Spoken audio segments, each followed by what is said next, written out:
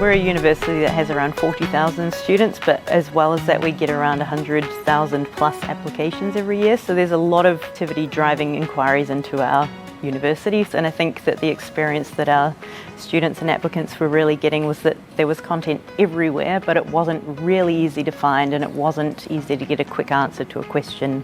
Potentially they're frustrated, they make their way through it. The experience of becoming a student at the university hasn't been a good one. And that affects our reputation. I'm Steve Hollingsworth. I'm the Associate Director for the Student Experience Centre. And I'm Alice Sparrow, the Associate Director Operations for Student Academic Services, and kind of working across the whole function, the student services function, looking at how we can improve the student experience, along with a whole bunch of other things. Way back in probably 2009, I think, is when we implemented Oracle Service Cloud. We implemented it probably at its real basic state, and we had that ever since, and I think COVID was a real driver for us to start to need to look for something new and better, or actually implement the tool that we had in the way that it could be utilised. We really needed to start to drive and improve the student experience at that really first point. Volumes were large. The volumes outstripped our ability to manage them, and that was largely driven by what I would consider to be self-service types of requests, which we were having to answer because our technology wasn't doing that for us, meaning we weren't getting to the really important questions because it was lost in the volume.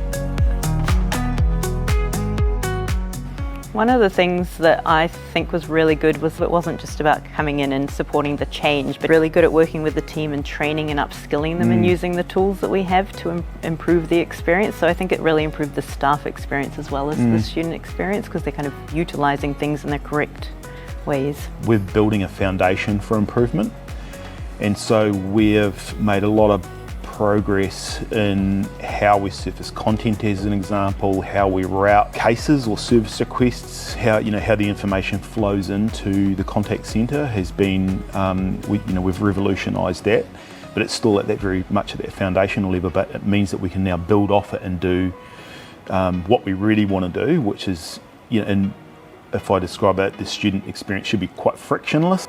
And probably a more proactive service as well. Like we're not just answering the question that they have, we can kind of look at what the next thing is, and there's kind of that information is more accessible now. They're understanding actually a lot of complexity, a lot of nuance. We're not just, our students just aren't customers, right? We've got a pastoral care responsibility to them. We take that really, really seriously. So it's not just ask a question, get an answer. So complex organisations will benefit. I think the other thing is organisations that are willing to kind of partner with Ideqa, so it's not just, you don't want Ideqa to just come in and tell you what to do. They want organisations that want to kind of partner to kind of do the right thing for your organisation to improve things for the customer. We've built a foundational layer. What's next is probably getting into that generative space and doing more predicting, so that students don't even know that they need to have thought that, because we've already put that information in front of them at the right time. So that's the bit that I'm really excited about working with them on. Don't really have anything to add to that. I think that covers it nicely.